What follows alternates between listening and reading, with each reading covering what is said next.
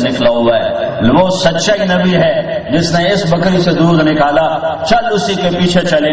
تو یہ دونوں میاں بیوی بھی پیچھے ہجرت کر کر مدینے پہنچے اور ان کو ایمان نصیب ہوا۔ وَأَحْسَنَ مِنْكَ لَمْ تَرَ قَطُّ عَيْنِي، اے میرے حبیب میں نے تیرے جیسا حسین نہیں دیکھا، میری آنکھ نے نہیں دیکھا۔ وَأَجْمَلَ مِنْكَ لَمْ تَلِدِ النِّسَاءُ، تیرے جیسے حسب والا، نسب والا، عالی صفات والا، جمال والا کسی ماں نے نہیں جانا۔ سب سے عالی نسب، سب سے عالی حسب، سب سے اعلیٰ خاندان، سب سے اعلیٰ گھرانہ۔ ہاں کسی نبی کا نسب محفوظ نہیں ہے، تمہارے نبی کا نسب آدم علیہ السلام تک چلتا ہے۔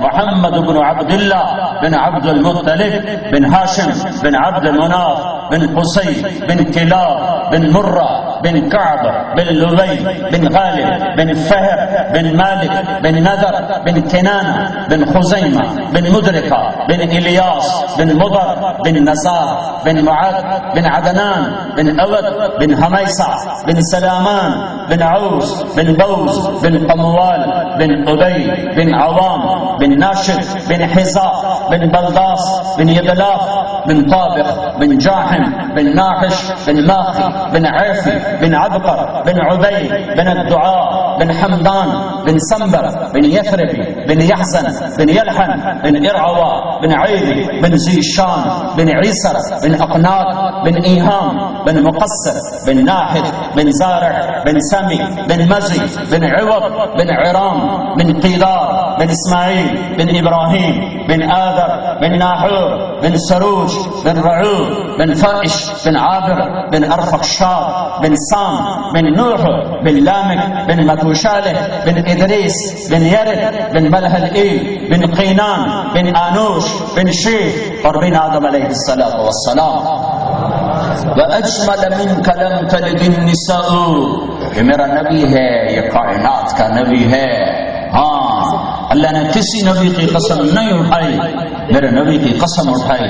لعمرک، مجھے تیری زندگی کی قسم، تیری جان کی قسم، کسی کے شہر کی قسم نہیں اٹھائی، میرے نبی کے شہر کی قسم اٹھائی۔ وَهَذَا الْبَلَدِ الْأَمِينِ، میرے رب نے کسی کی رسالت پہ قسم نہیں اٹھائی، میرے آپ کے نبی کی رسالت پہ قسم اٹھائی۔ یاسین والقرآن الحکیم انک لمن المرسلین، قریش مکہ نے کہا وَيَقُولُ الَّذِينَ كَفَرُوا لَسْتَ مُرْسَلًا، تو رسول کوئی نہیں، میرے اللہ نے کہا یاسین والقرآن الحکیم انک لمن المرسلین۔ قریش مکہ نے کہا أَإِنَّا لَتَارِكُوا آلِهَتِنَا لِشَاعِرٍ مَجْنُونٍ، یہ تو شاعر ہے۔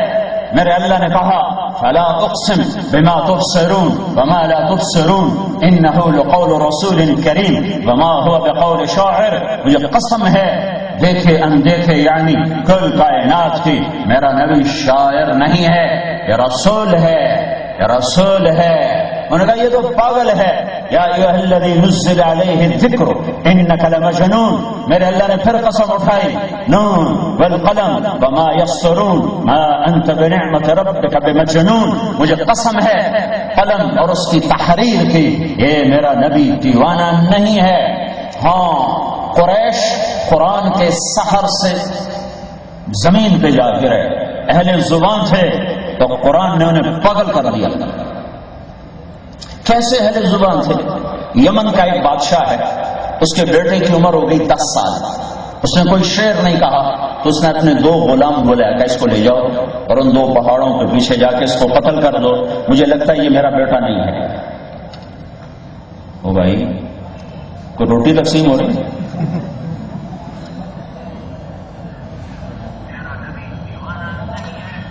دونوں غلام اس بچے کو لے کر پہاڑ کے پیچھے گئے، انہوں نے تلوار نکالی، وہ بچے نے کہا کیا کر رہے ہو؟ کہ تیرے باپ کا حکم ہے تمہیں قتل کر دیا جائے۔ اس نے کہا کیوں؟ کہ تیرے باپ کو تیرے نسب پہ شک ہے کہ تو 10 سال کا ہو گیا ہے، تو نے کوئی شعر نہیں کہا، تو اسے شک ہے کہ تو اس کا بیٹا نہیں۔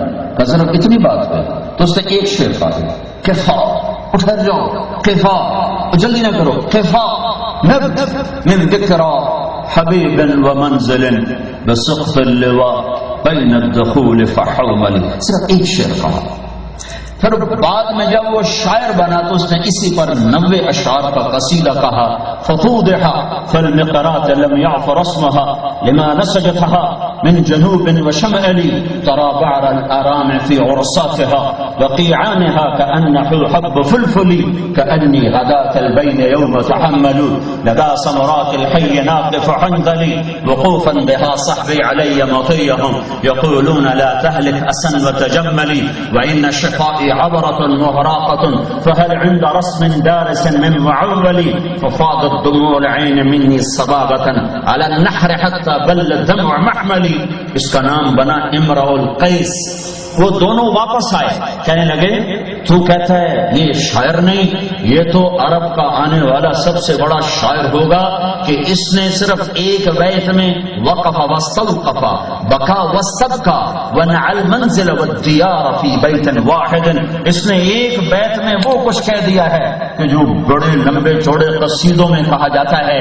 یہ اس زمانے کا عرب کا عربیت کا ماحول تھا, اس زمانے کی فصاحت تھی. یہ 7 قصیدے لٹکے ہوئے تھے حرم شریف میں, اور انتظار تھا کہ اس سے کوئی اچھا کلام آئے گا تو اتارا جائے گا. میرے اللہ نے قرآن اتارا تو قصیدے اترنے شروع ہو گئے. امرؤ القیس مر چکا ہے, وراثت میں اس کی وارث اس کی بہن ہے. لوگوں نے کہا تو یہ قصیدہ اتار, تو قرآن نہیں سنتی محمد کا صلی اللہ علیہ وسلم. وہ کہنے لگی ابھی میرے بھائی کی ٹکر کا کلام نہیں آیا. پھر میرے اللہ نے ایک آیت اتاری, اس کو افصح آیت فی القرآن کہا جاتا ہے. سارا قرآن سارا ہی فصیح ہے, لیکن یہ ایک آیت قرآن کی سب سے فصیح آیت ہے کہ اس میں 19 الفاظ ہیں اور 21 بلاغت کی اقسام ہیں جو ایک انسان کے بس میں نہیں ہے. ایک آیت اتری وقیل یا ارض ابلعی ماءک ویا سماء اقلعی وغیض الماء وقضی الامر واستوت علی الجودی وقیل بعدا للقوم الظالمین. اس آیت کو سن کر امرؤ القیس کی بہن نے کہا اس کلام نے میرے بھائی کے کلام کو توڑ دیا ہے, اور اس نے جا کر اپنا قصیدہ اتار دیا. کوئی 100 سال آگے تاریخ چلی گئی تو ایک شخص آتا ہے عبداللہ ابن المقفع, بہت بڑا عربی ادیب, مجوسی تھا, پھر ایمان لایا, بحالت ایمان دنیا سے گیا. جب یہ مجوسی ہے تو اسے کہا گیا قرآن کی ضد میں, قرآن کے مقابلے میں کلام تیار کر. انہوں نے کہا 1 سال کا راشن, 1 سال کے لیے پیسہ, کتابیں دو, میں تمہیں تیار کر کے دیتا ہوں. 1 سال عبداللہ نے اپنے گھر سے باہر قدم نہیں نکالا سوائے حاجت بشریہ کے, اور وہ 1 سال لگا رہا اور اس نے کلام تیار کیا. کہ بس یہ کلام قرآن کی ٹکر کا ہے.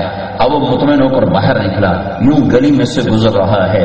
ایک گھر کی کھڑکی کھلی ہوئی ہے اور ایک بچی گلی کی طرف منہ کر کے قرآن پڑھ رہی.